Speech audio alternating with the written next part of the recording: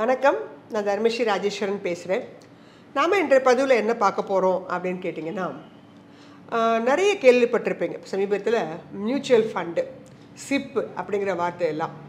So mutual fund மூலமாக என் கிளாஸ்க்கு வரவங்க அதை கேட்பாங்க, சிப் மூலமாக போட முடியுமா அப்படின்னு தான் கேட்பாங்க. ஸோ சிப் அப்படிங்கிறது ஓரளவு எல்லாருக்குமே தெரிஞ்சிருக்கும். Systematic investment plan. மாதந்தோறும் ஒரு குறிப்பிட்ட அளவு தொகையை நீங்கள் என்ன பண்ணுறீங்க, இன்வெஸ்ட் பண்ணுறீங்க. அதுதான் சிப் அப்படிங்கிறது. டைரெக்டாக ஷேர் மார்க்கெட்டில் இன்வெஸ்ட் பண்ணுறதுக்கும் மியூச்சுவல் ஃபண்டு சிப் மூலமாக இன்வெஸ்ட் பண்ணுறதுக்கும் முதல்ல வித்தியாசம் உண்டு. அதை நம்ம தனி டாப்பிக்காக தனி செக்மெண்ட்டாக வச்சுக்கலாம். இன்றைய பதிவு என்ன அப்படின்னு கேட்டிங்கன்னா, இந்த சிஸ்டமேட்டிக் இன்வெஸ்ட்மெண்ட் பிளான் அப்படிங்கிறத எதற்காக ஆரம்பிக்கிறோம், எப்போ ஆரம்பிக்கிறோம், அதோடைய பர்பஸ் என்ன, கோல் முதல்ல என்ன, எத்தனை வருஷத்துக்காக நீங்கள் இந்த பிளான்லாம் எடுக்கிறீங்க, அதே மாதிரி இதில் இருக்கக்கூடிய அந்த கோலுக்கு தகுந்த மாதிரி இங்கே நீங்கள் இந்த ஃபண்டெல்லாம் நீங்கள் செலெக்ஷன் பண்ணணும். ஷேர் மார்க்கெட்டுன்னு எடுத்துக்கிட்டிங்கன்னா 5500 லிஸ்டட் கம்பெனிஸ் இருக்காங்க. அங்கே உங்களுக்கு என்ன குழப்பம் வரும், எந்த கம்பெனிகளை வாங்குவது, எந்த செக்டரை வாங்குவது, இந்த மாதிரி ஒரு குழப்பங்கள்லாம் அங்கே வருது. இங்கே மியூச்சுவல் ஃபண்டுன்னு வரும்போது இங்கே ஒரே ஒரு ஃபண்டெல்லாம் இல்லை. இங்கேயும் பார்த்தீங்கன்னா 2500 ஃபண்ட்ஸ் இருக்காங்க, அதுக்கு செலுத்தவர்கள் இல்லை. அப்போ நான் எந்த மாதிரி ஃபண்டெல்லாம் சூஸ் பண்ணுறது, எந்த ஏஜ்னா நான் சூஸ் பண்ணுறது. ஏஜ்னு இருக்குது. நீங்கள் 21 வயசில் ஆரம்பிக்கிறவங்க இருக்கிறாங்க, 50 வயசு ஆகியும் ஆரம்பிக்காதவங்க இருக்கிறாங்க. ஸோ அதனால் உங்களுடைய ஏஜுக்கு தகுந்த மாதிரி, அதே மாதிரி உங்களுடைய அந்த பர்பஸ், நீங்கள் எதுக்காக இன்வெஸ்ட் பண்ணணும், எப்போதுமே கோல் அப்படிங்கிறது முக்கியம் இல்லையா. ஸோ இங்கே மியூச்சுவல் ஃபண்டுக்கும் அதே மாதிரி தான் ஒரு 7 வகையான கோல் இருக்குதுன்னு வச்சுக்கோங்களேன். நம்ம செட் பண்ணியிருக்கிறேன். அதை வைத்து நம்ம அந்த பீரியட் எவ்வளோ நம்ம டைம் கொடுக்கலாம், அதுக்கு என்ன ஒரு ஃபண்டு நான் உங்களுக்கு சஜஷன் பண்ணுறேன், ரிட்டர்ன்ஸ் எப்படி கிடைக்கும் அப்படிங்கிறத நம்ம இந்த செக்மெண்ட்டில் பார்க்க போகிறோம். Very interesting. நீங்கள் நோட் பண்ணி வச்சுக்கோங்க. உங்களுக்கு உங்களுடைய மியூச்சுவல் ஃபண்ட் டிஸ்ட்ரிபியூட்டர்ஸ் யாராவது இருந்தாங்கன்னா அவங்கள்ட்ட போய் கேட்டு நல்ல ஃபண்டெல்லாம் நீங்கள் செலெக்ஷன் பண்ணி உங்களுடைய கோலுக்கு தகுந்த மாதிரி நல்ல ஃபண்டாக செலெக்ஷன் பண்ணி நல்ல லாபத்தை பெறுங்க. இது ஒரு எஜுகேஷ்னல் பர்பஸ் தான். நான் மியூச்சுவல் ஃபண்ட் டிஸ்ட்ரிபியூட்டர்லாம் கிடையாது. ஸோ அதனால் எனக்கு தெரிஞ்ச விஷயங்கள் நான் உங்களோட ஷேர் பண்ணிக்கிறேன். ஒரு பை செல் ரெக்கமெண்டேஷன்ஸ் அப்படிங்கிற மாதிரியும் இது கிடையாது. ஷேர் மார்க்கெட்டில் இருக்க எனக்கு மியூச்சுவல் ஃபண்டு ஒரு அடிஷ்னலான ஒரு இன்வெஸ்ட்மெண்ட் டூல். அப்போ நான் ஷேர் மார்க்கெட்டில் இன்வெஸ்ட் பண்ணியிருக்கேங்கிறதுக்காக மியூச்சுவல் ஃபண்டில் பண்ணக்கூடாதுலாம் கிடையாது. நம்ம ரெண்டுமே பண்ணலாம். இப்போல்லாம் மியூச்சுவல் ஃபண்டு டிமேட் ஃபார்மேட்டில் தான் வாங்கப்படுது. ஸோ அதனால் லாங் டேர்ம்னு வரும்போது மியூச்சுவல் ஃபண்டு, ஷார்ட் டேர்ம்னு வரும்போது டைரக்ட் ஸ்டாக்ஸுக்கெல்லாம் நம்ம போய்க்கலாம். லிக்விடிட்டி உங்களுக்கு டைரக்ட் ஸ்டாக்ஸில் அதிகம். இன்றைக்கி விற்றா இன்றைக்கே பணம், இங்கே அப்படி கிடையாது. அந்த மாதிரி சின்ன சின்ன விஷயங்கள் தான் மாறுபடுமே தவிர மியூச்சுவல் ஃபண்டில் இன்வெஸ்ட் பண்ணுற பணம் எங்கே பண்ணப்படுது, அதே ஷேர் மார்க்கெட்டில் தான் பண்ணப்படுது. ஸோ அதனால் ஷேர் மார்க்கெட்டில் இருக்கிறவங்க தாராளமாக மியூச்சுவல் ஃபண்டு பண்ணலாம், மியூச்சுவல் ஃபண்டில் இருக்கவங்க தாராளமாக ஷேர் மார்க்கெட்டுக்கும் பண்ணலாம். ரெண்டு பேருமே பிரதர்ஸ் சிஸ்டர்ஸ் மாதிரி தான். ஸோ அந்த வகையில் நம்ம மியூச்சுவல் ஃபண்ட் பற்றி சில மியூச்சுவல் ஃபண்ட் பார்க்கலாம். ஃபஸ்ட்டு, நான் ஒரு எமர்ஜென்சிக்காக சில அமௌண்ட்டு வச்சுருக்கிறேன். ஆனால் அந்த அமௌண்ட்டை நான் என்ன பண்ணணும்னு நினைக்கிறேன், இந்த மாதிரி மியூச்சுவல் ஃபண்டில் நான் பணம் போடணும்னு நினைக்கிறேன். எனக்கு ஒரு 3 மாதம் தான் டைம். 3 மாதத்துலேருந்து ஒரு 5 மாதத்துக்குள்ளே எனக்கு அந்த பணம் தேவைப்படும். நான் மறுபடியும் வித்ட்ராயல் பண்ணிவிடுவேன். எனக்கு ரிட்டர்ன் எவ்வளோ கிடைச்சா போதும், ஒரு 3லேருந்து ஒரு 5% சரிங்களா, எனக்கு கிடைச்சாலே போதும், நான் அந்த இதை விற்றுட்டு வெளில வந்துடுவேன் அப்படிங்கிறவங்களுக்கு லிக்விட் ஃபண்டுன்னு சொல்லுவோம் இல்லையா, அது சூட்டபிளாக இருக்கும். ஏன்னா ஷார்ட் டேர்மில் அது அதிகபட்சமாக 6% தான் ரிட்டர்ன் கொடுக்கும். மினிமம் பார்த்தீங்கன்னா 3லேருந்து 5%க்குள்ளே கொடுத்துடும். ஸோ ஒரு ஷார்ட் டேர்மில் நான் பேங்க்கில் வச்சுருக்கிறத விட கொஞ்சம் கூடுதலான ரிட்டர்ன்ஸ் எனக்கு கிடைக்கணும்னு எதிர்பார்த்தோம் அப்படின்னா இந்த எமர்ஜென்சி ஃபண்டு வச்சுருக்கிறவங்க லிக்விட் ஃபண்டை சூஸ் பண்ணலாம். நான் சில பேர் வெக்கேஷன், ஏன்னா வெக்கேஷன் பார்த்திங்கன்னா ஃபாரின் டூர் பண்ணுவாங்க, இல்லை நம்ம இந்தியாவுக்குள்ளே போவாங்க. ஸோ நான் இந்த மே மாதம் போடுறேன், அடுத்த மே மாதம் ஃபஸ்ட்டில் நான் எடுத்துருவேன், நான் வெக்கேஷனுக்காக மட்டும் இந்த பணத்தை சேர்த்து வைக்கிறேன் அப்படின்னு என்ன வச்சுருக்கிறாங்க சில பேர். அவங்களுக்கு எந்த மாதிரி போகலாம், எந்த மாதிரி ஃபண்டை சூஸ் பண்ணலான்னா ஷார்ட் டேர்மில் இருக்கக்கூடிய டெட் ஃபண்ட்ஸு போகலாம். அது ஒரு 6% வரைக்கும் உங்களுக்கு ரிட்டர்ன் கொடுக்கறதுக்கு வாய்ப்பு இருக்குது. அவங்க அந்த ஃபண்டை சூஸ் பண்ணிக்கலாம். இல்லைங்க, நான் இப்போ எனக்கு வயசு 25 இல்லை 30 ஆகுது, ஆனால் நான் எதிர்காலத்தில் ஒரு கார் வாங்கணும்னு ஆசைப்பட்றேன். ஸோ நான் ஒரு 3 வருஷம் வரைக்கும் அமைதியாக வெயிட் பண்ணுவேன், நடுவில் போய் எதுவும் பண்ண மாட்டேன் அப்படிங்கிறவங்களுக்கும் இந்த ஷார்ட் டேர்ம் டெட் ஃபண்டு உதவியாக இருக்கும். ஸோ 3 வருஷம் போகிறாங்க இல்லையா, அப்போ ரிட்டர்னு உங்களுக்கு என்ன வந்துடும், ஒரு 6லேருந்து 7% இன்க்ரீஸ் ஆக ஆரம்பிக்கும். அடுத்ததாக நான் ஹவுஸ் வாங்கிறதுக்காக பண்ண போகிறேன், ஹவுஸுக்கு ஒரு பிளான் பண்ணுறேன், எனக்கு வந்து இன்னும் ஒரு 5 வருஷம் கழிச்சு தான் தேவை, இல்லை ஒரு 8 வருஷம் கழிச்சு தான் தேவை, டவுன் பேமெண்ட்டு கொடுக்கணும், நான் எல்லாமே லோன் எடுக்க முடியாது, அப்போ எனக்கு பணம் தேவைப்படுது, அப்போ நான் இப்போ வந்து சிறுக சிறுக சேமித்து வைக்கிறேன்.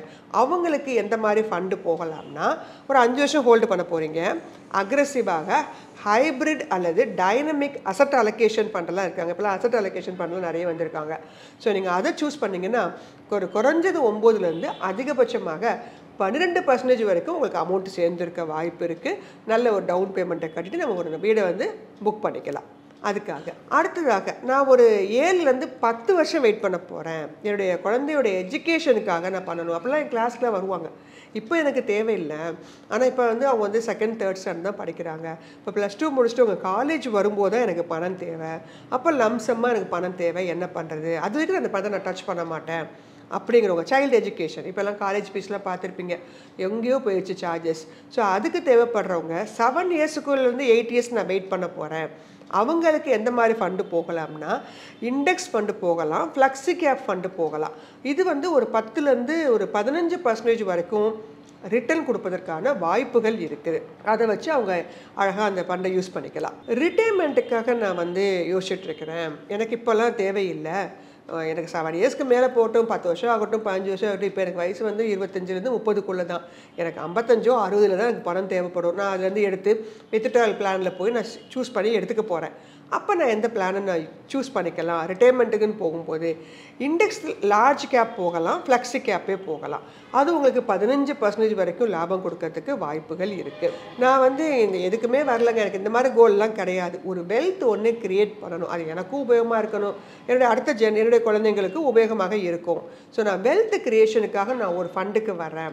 நான் வந்து எந்த மாதிரி ஃபண்டை சூஸ் பண்ணலாம் அப்படின்னு கேட்டிங்கன்னா, ஒரு ஃப்ளெக்சிபிள் ஃபண்டு சூஸ் பண்ணலாம், mid and small cap fund choose பண்ணலாம், தீமேட்டிக் ஃபண்டெல்லாம் இப்போ இருக்குது இல்லையா, அந்த டிஃபென்ஸு ரயில்வேஸ் அந்த மாதிரிலாம் தீமேட்டிக் ஃபண்டு கூட சூஸ் பண்ணலாம். ஏன்னா நம்ம வந்து குறைஞ்சது ஒரு 10 வருஷமாவது இதுக்கு வெயிட் பண்ணணும். வெல்த் கிரியேஷன் அப்படிங்கிறது நீங்கள் மோர் தென் ஒரு 10 இயர்ஸாவது வெயிட் பண்ணணும், அப்போ தான் ஒரு வெல்த் கிரியேட் பண்ண முடியும். ஸோ அவங்க வந்து எவ்வளோ ரிட்டர்ன் வரைக்கும் எதிர்பார்க்கலாம், 15க்கும் மேலே நீங்கள் ரிட்டர்ன்ஸ் எதிர்பார்க்கலாம். ஸோ அவங்க இந்த மாதிரி flexi cap, thematic fund, mid and small கேப்லாம் கொஞ்சம் நல்லாவே ரிட்டர்ன்ஸ் கொடுக்கும் லாங் டைமில் வரும்போது, அந்த ஃபண்டை அவங்க வந்து சூஸ் பண்ணிக்கலாம். ஸோ உங்களுடைய கோல் என்ன, அதுக்காக நீங்கள் வைக்கக்கூடிய டைம் என்ன, அதனால் கிடைக்கக்கூடிய ஃபண்டை எப்படி சூஸ் பண்ணலாம், அதுலேருந்து எப்படி ரிட்டர்ன் கிடைக்கும் அப்படிங்கிறது தான் இந்த ஓவரால் இந்த பதிவோடைய உள்நோக்கம். ஸோ அதில் வந்து பார்த்தீங்கன்னா ஸ்மால் கேப் ஃபண்டு அப்படின்னு பார்த்தீங்கன்னா Nippon India small cap, HDFC small cap, SBI small கேப்லாம் நல்ல பர்ஃபார்மன்ஸ் பண்ணுறாங்க. நீங்கள் இன்னும் உள்ளே போய் அவங்களுடைய ஃபுல் டீட்டெயில்ஸ் எல்லாமே எக்ஸ்பென்ஸ் ரேஷியோஸ் இதெல்லாம் இருக்கும், அதெல்லாம் வந்து செக் பண்ணுங்கள். AUM எவ்வளோ இருக்குது எல்லாம் பார்த்துட்டு நீங்கள் உங்களுக்கு பிடிச்ச ஃபண்டை நீங்கள் சூஸ் பண்ணிக்கலாம். இதே லார்ஜ் கேப்னு வரும்போது ICICI Prudential blue chip fund இருக்குது, அசட் அலோகேஷன் ஃபண்டு இருக்கிறாங்க, SBI ப்ளூ சிப் இருக்கிறாங்க, HDFC டாப் 100 இருக்காங்க. இவங்கெல்லாம் லார்ஜ் கேப் அப்படிங்கிற வரிசையில் வருவாங்க. ஃப்ளெக்ஸி கேப்னு வரும்போது பராகோடைய ஃப்ளெக்ஸி கேப் ஃபண்டு இருக்கிறாங்க, கோட்டக் ஃப்ளெக்ஸி கேப்பு, SBIயோடைய ஃப்ளெக்ஸி கேப்பில் நல்ல பர்ஃபார்மன்ஸ் கொடுத்துட்டு வராங்க.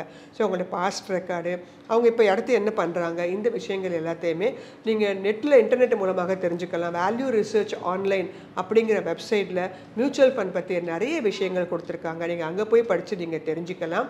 அதே மாதிரி இல்லையா உங்கள் நேரடியாக மியூச்சுவல் ஃபண்ட் டிஸ்ட்ரிபியூட்டர்ஸ் இருந்தாங்க, இல்லை உங்கள் ஊரில் இருக்கக்கூடிய பேங்க் மேனேஜர்ஸு அவங்கள போய் அப்ரோச் பண்ணி இந்த மாதிரி மியூச்சுவல் ஃபண்டு பற்றிய விஷயங்கள், சிப் ஸ்டார்ட் பண்ணுறது, இது எல்லாத்தையும் பண்ண ஆரம்பிங்க. ஏர்லியர் இன்வெஸ்ட்மெண்ட் அப்படிங்கிறது ரொம்ப முக்கியம்.